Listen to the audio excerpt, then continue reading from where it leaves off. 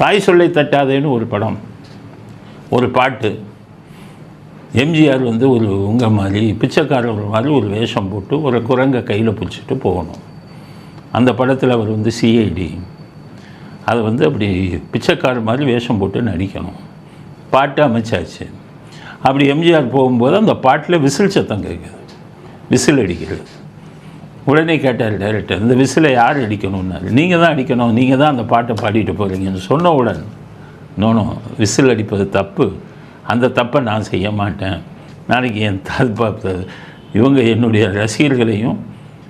ரசிகர்களும் வந்து இந்த மாதிரி விசில் அடிக்க ஆரம்பிச்சிடுவாங்க. ஏன்னா பெண்களை பார்த்து நிறைய பேர் விசில்லாம் அடிப்பாங்க. விசில் அடிக்கிறது தப்புன்னா அந்த காலத்தில் ஒரு இது இருக்குது சொல்லிவிட்டு, அதுக்கப்புறம் டைரக்டர் எம்ஜிஆருக்காக விசில் அடிப்பதை மட்டும் வேறு ஒரு வில்லனை வச்சு பண்ணிவிட்டு எம்ஜிஆரே மற்ற பாட வச்சாங்க. பாருங்கள், அந்த விசில் அடிக்கிறதுங்கிறது எவ்வளோ சின்ன விஷயம். அதை படத்தில் சொல்லக்கூடாது கெட்ட விஷயங்களை அப்படின்னு நினச்சோம். அந்த படத்தை பாருங்கள், அதில் தெரியும். எம்ஜிஆர் பாடுவார், விசில் வரும்போது ஒரு வில்லன் தான் விசில் அடிக்கிற மாதிரி காட்சி அமைச்சிருப்பாங்க. அதே இது அடுத்தது ஒரு படத்தில் எங்கள் வீட்டு பிள்ளையில் எம்ஜிஆர் வந்து ஹோட்டலில் சாப்பிட்டுட்டு காசு கொடுக்காம வெளில வந்துடுவார். அப்போ இன்னொரு எம்ஜிஆர் உள்ளே போய் மாட்டிக்குவார். அந்த சீனில் படத்தில் நடிச்சிட்டார்.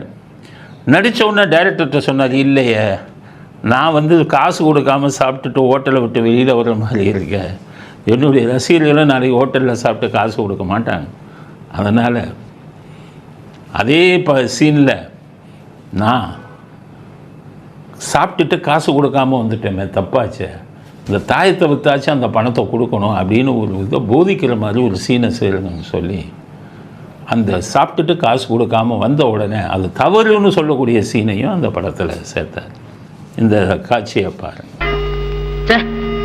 சாப்பிட்டுட்டு பணம் கொடுக்காம வந்துட்டோமே, எவ்வளவு பெரிய அயோக்கியத்தனம். தாயத்தை விட்டு பணத்தை. அப்போ என்ன அர்த்தம்? எல்லோரும் தப்பு செய்யாமல், தான் மட்டும் இல்லை மற்றவங்களும் தப்பு செய்யாமல் இருக்கணும். இன்றைக்கி ஓட்டுக்கு பணம் கொடுக்குறாங்க. டிஎம்கே 5000 4000 போன தடவை 4000 கொடுத்து தான் ஜெயித்தாங்க எம்பி இதிலெல்லாம். ஆனால் அன்றே என்ன பண்ணார், ஓட்டுக்கு பணம் கொடுப்பது தப்பு அப்படிங்கிறத அவருடைய படங்களில் சொல்லியிருக்காரு.